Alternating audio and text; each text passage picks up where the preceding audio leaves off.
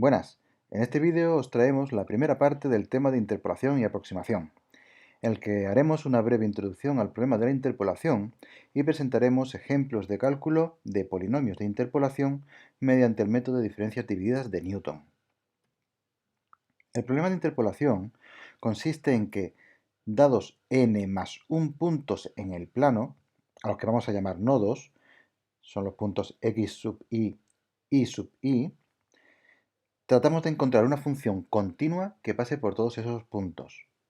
Generalmente estos puntos que tenemos resultan de evaluar otra función solo para algunos valores de la x, y puede que fuera una función de difícil evaluación, como una integral impropia o algo similar, ¿vale? Por tanto, nuestro interés es buscar otra función distinta de la primera que pase por todos los puntos que tenemos. Si esta función que buscamos es un polinomio, pues esto se va a denominar interpolación polinómica. El problema es que, dados esos n más 1 puntos, buscamos un polinomio de grado n, ¿vale? Un grado menor que el número de puntos, que pase por esos puntos. Si la forma general de un polinomio es la que aparece aquí en la diapositiva, si imponemos que pase por los nodos o los puntos dados, lo que nos queda es un sistema de ecuaciones lineales. La matriz de este sistema, la que tenéis allí a la derecha abajo, se llama matriz de Van der Monde, y su determinante realmente es el producto de todos los x sub i menos x sub j, ¿vale? Cuando i es distinto de j, perdón. ¿Esto qué nos dice? Pues que si todos los elementos x sub i son distintos entre sí, el sistema es un sistema compatible determinado y por tanto existen coeficientes únicos a sub 0 hasta a sub n que nos definen de forma única el polinomio de interpolación. Por tanto, denominamos polinomio de interpolación al único polinomio de grado menor o igual que n que pasa por los n más 1 puntos dados. Por ejemplo, dados 2 puntos, existe una única recta que pasa por ellos. Y dados 3 puntos, existe una parábola que pasa por ellos, a menos que estén los puntos lineados, que en tal caso, pues lo que pasa por ellos es una recta, ¿vale? Que es un caso particular de una parábola. Otro tema de interés es que si estamos intentando aproximar una función f mediante un polinomio, nos interesa conocer el error que vamos a cometer cuando utilizamos esa aproximación, al igual que ocurre cuando se estudia el polinomio de Taylor. En este caso, la expresión del error en un punto x cualquiera es muy similar. Si estamos intentando aproximar el valor de una función f en el punto x mediante el polinomio de grado n, usamos la derivada n más 1, en un punto intermedio, un punto que denominaremos g, que es un punto intermedio, como digo, entre el menor y el mayor de los nodos, dividido por n más 1 factorial, igual que en el polinomio de Taylor, y multiplicamos por x menos x sub 0, x menos x sub 1, etc., hasta x menos xn. Si nos fijamos en la expresión del error, hay que tener cuidado de no pensar que añadiendo más nodos podemos minimizar el error. Eso no es cierto, ¿vale? Porque al añadir nuevos nodos, nuevos puntos, realmente lo que estamos haciendo es producir un mayor error cuando la x está entre dos nodos consecutivos. Entonces, realmente no estamos minimizando el error. El primer método que vamos a ver para realizar la interpolación polinómica es el que se conoce como método de diferencias divididas de Newton. Este método se basa en unos coeficientes, que se llaman diferencias divididas, que podéis ver en el cuadro azul. A partir de estos coeficientes, basándonos en el valor de los puntos i sub i, ¿vale? Que recuerdo que pueden venir de evaluar una función f en los puntos x sub i, pues bien, a partir de estos coeficientes encontramos los coeficientes del polinomio. Como es un poco lioso expresado de esta forma directamente, lo vamos a ver con un ejemplo práctico y después vamos a poner algunos ejemplos, ¿de acuerdo? El método entonces para calcular de forma eficiente el polinomio y estos coeficientes lo vemos siempre usando esta tabla. Vamos a partir de una tabla en la que vamos a poner en dos columnas las coordenadas x e y de los puntos donde queremos interpolar. Y ahora vamos a ir procediendo por pares consecutivos de puntos. Comenzamos con los dos primeros y calculamos un cociente, que es lo que vamos a llamar la primera diferencia dividida, donde el numerador es la diferencia entre los dos elementos de la columna anterior, ¿vale? Los dos elementos que estaban justo a la izquierda. Y el denominador es la diferencia entre las x, en este caso x1 menos x0. Siempre restaremos el que está más abajo del que está por encima.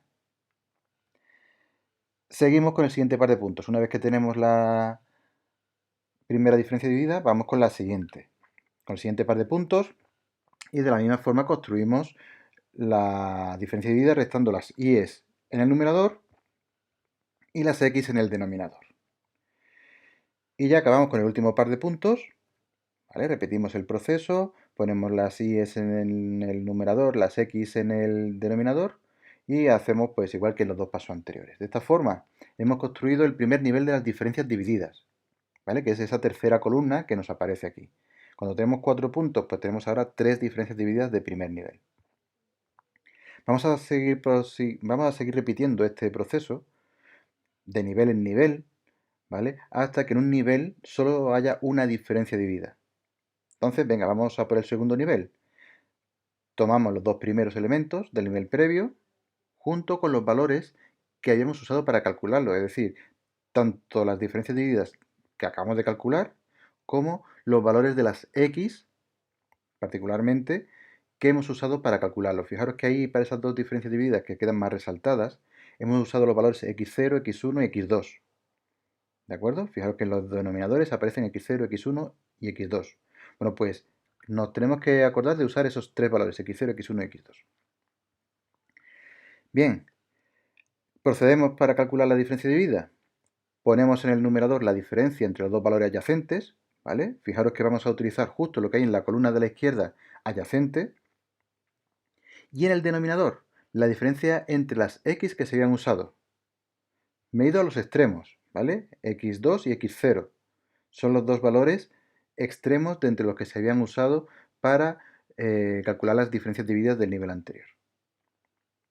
Fijaos en que se forma como una especie de triángulo, ¿no? En el que podemos tomar los vértices izquierdos en las x que debemos restar y el vértice de la derecha pues lo podemos poner en el valor que estamos calculando. Repetimos hacia abajo con los dos últimos valores del primer nivel de diferencias divididas. Calculamos la nueva diferencia, ¿vale? En el numerador ponemos la resta, la diferencia entre los dos valores adyacentes de la columna previa, mientras que en el denominador volvemos a utilizar los valores de la x de los que provenían. En este caso desde x1 hasta x3.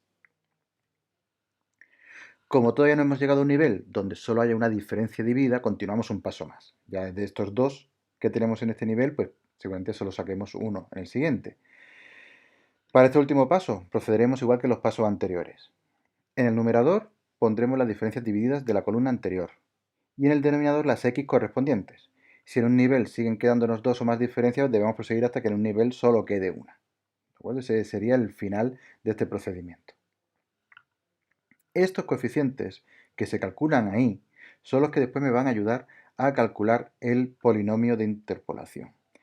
Vamos a ver cómo ese método se traduce en la práctica.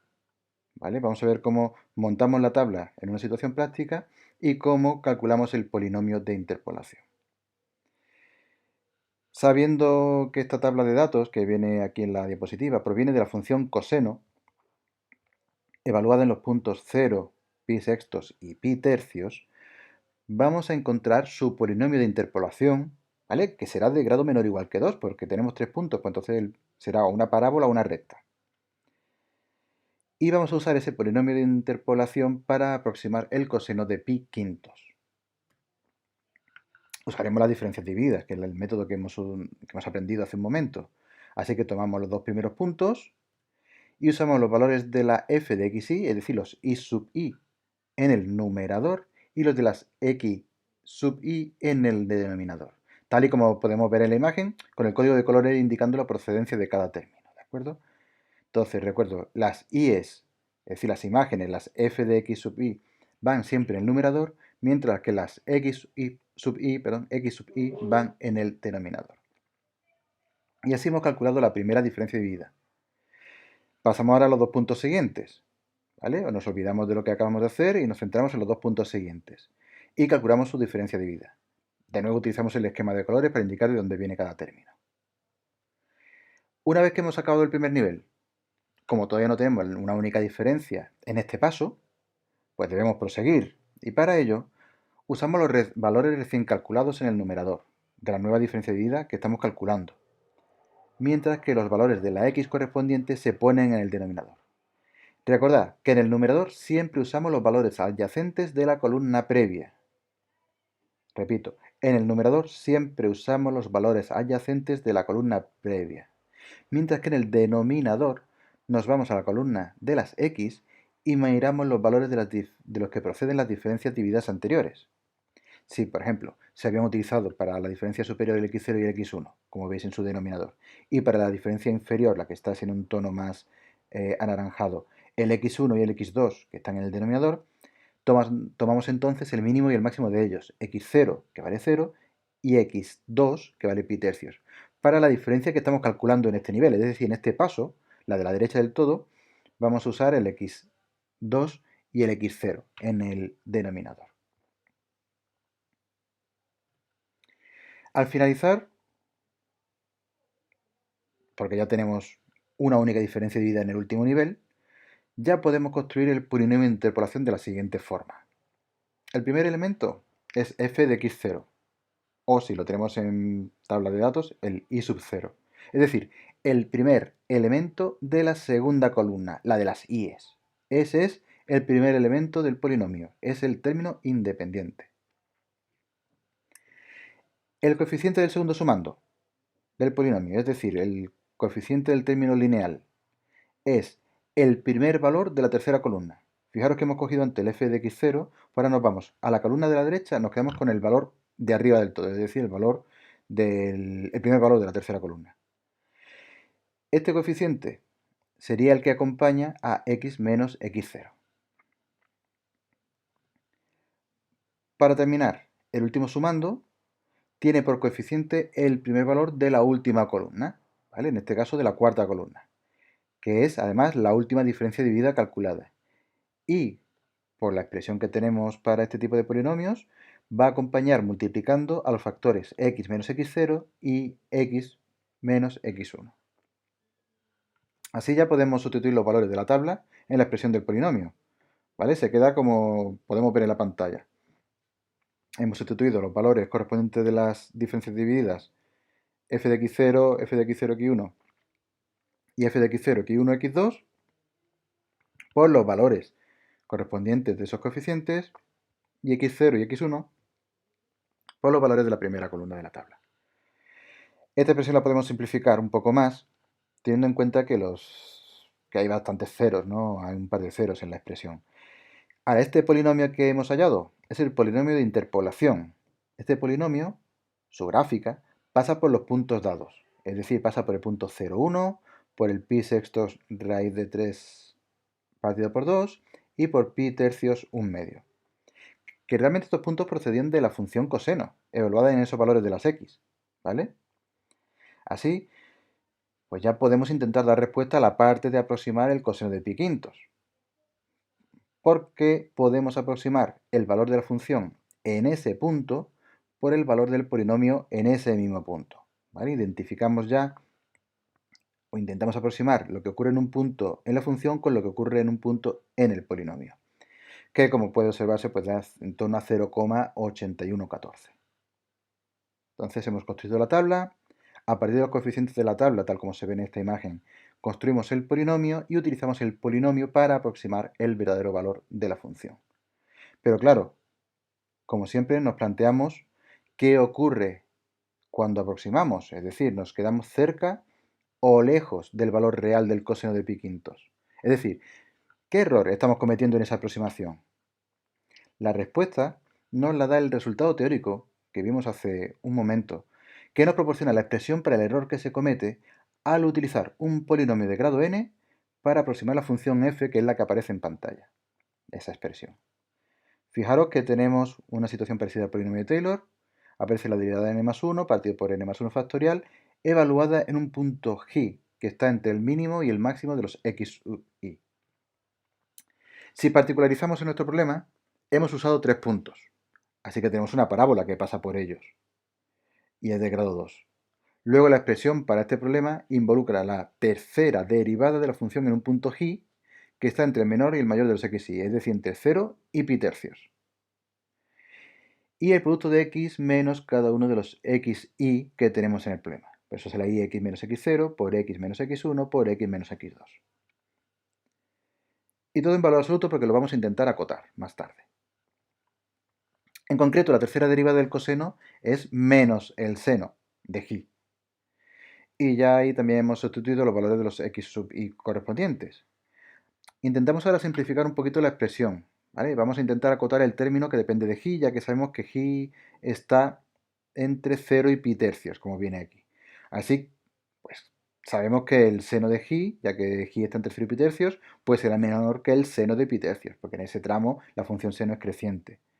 Y como el seno de pi tercios es raíz de 3 partido por 2, podemos acotar la expresión por ese valor de raíz de 3 medios. De todas formas, la expresión de la cota solo depende de la x donde queramos evaluar. ¿Vale? Hemos llegado a una situación en la que el término de la j lo hemos conseguido acotar y el resto de la expresión ya solo depende de la x. Por tanto, en nuestro problema, como queremos ver qué error se ha cometido al aproximar el coseno de pi quintos por el valor del polinomio en dicho punto, pues vamos a sustituir x por pi quintos en la expresión del error. Y así obtenemos un valor de 0,004. Es decir, la diferencia entre el valor estimado mediante el polinomio y el valor real del coseno de pi quintos es de 0,04 a lo sumo. ¿Vale? Esa es una cota para el error cometido. Como además este error es más pequeño que 0,5 por 10 elevado a menos 2, que eso sería 0,005, podemos decir que la aproximación encontrada del 0,8114 que hemos visto justo antes tiene 2 decimales exactos. Y aquí con esto acabamos este problema. Hemos estudiado cómo utilizando las diferencias divididas somos capaces de crear una tabla, a partir de la tabla el polinomio de interpolación y como sabíamos que los datos provenían de una función, incluso llegar a estimar el valor de la función en un punto a partir de ese polinomio. Y después concretar también el error que se podía cometer. En esa estimación me refiero. Vamos ahora con otro ejemplo. Vamos a proceder a partir de una tabla de datos, ¿vale? Estos no provienen de ninguna función, simplemente es una tabla de datos, e intentaremos construir un polinomio que pase por todos esos puntos. Tenemos 4 puntos, por tanto vamos a obtener un polinomio cúbico, ¿vale? De grado 3.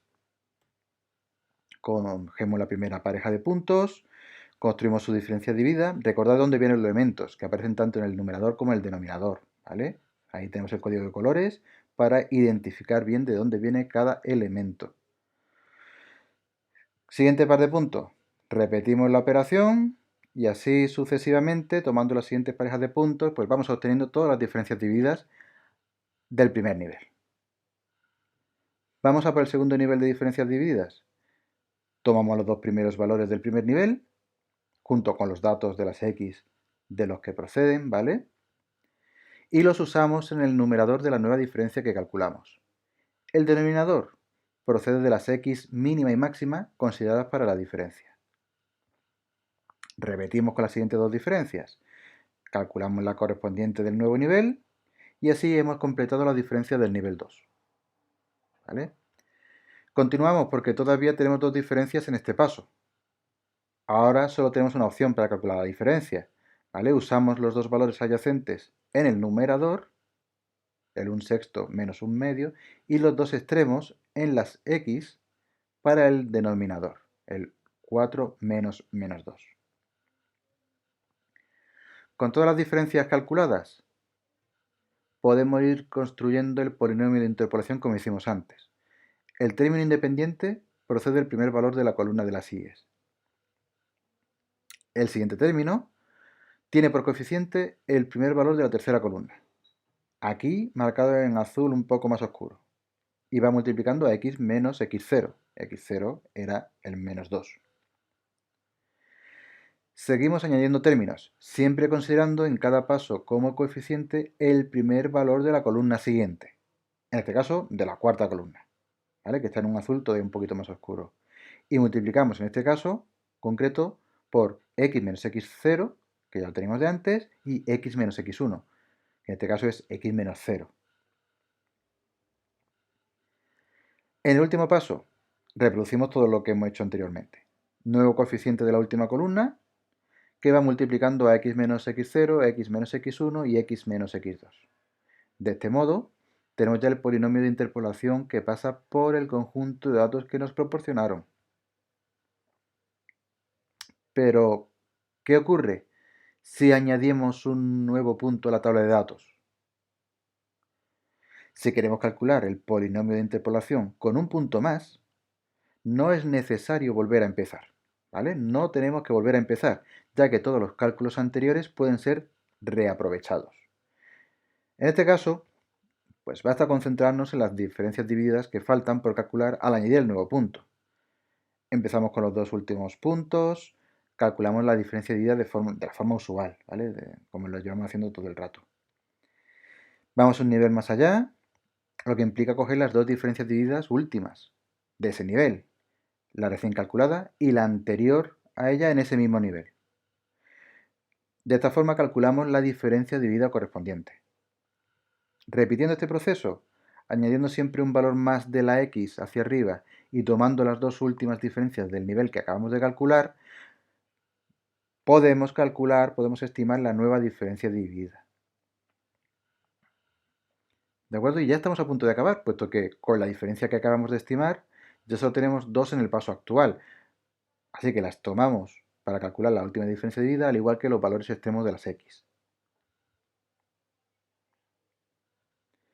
Y ya tenemos la tabla completa. Para calcular el polinomio de interpolación en esta versión extendida del problema, basta comenzar por la expresión del polinomio que teníamos anteriormente y añadirle el término correspondiente a la última diferencia dividida calculada, en este caso 1 partido 90, teniendo en cuenta los factores x menos xy correspondientes. Recordad que siempre vamos añadiendo un factor x menos xy en cada sumando del polinomio. Empezamos por x menos x0, el siguiente es x menos x0 por x menos x1. Tercer paso hicimos x menos x0 por x menos x1 por x menos x2 y ahora tenemos que añadir hasta x menos x3. Así que, de esta forma, ante un nuevo punto en la tabla de datos, podemos completar únicamente las diferencias que faltan para añadir un nuevo término al polinomio. En este sentido, este método es bastante eficiente, porque permite reutilizar los cálculos anteriores. Y ya con este ejemplo dábamos por acabado esta parte de la lección. Muchas gracias por vuestra atención y hasta luego.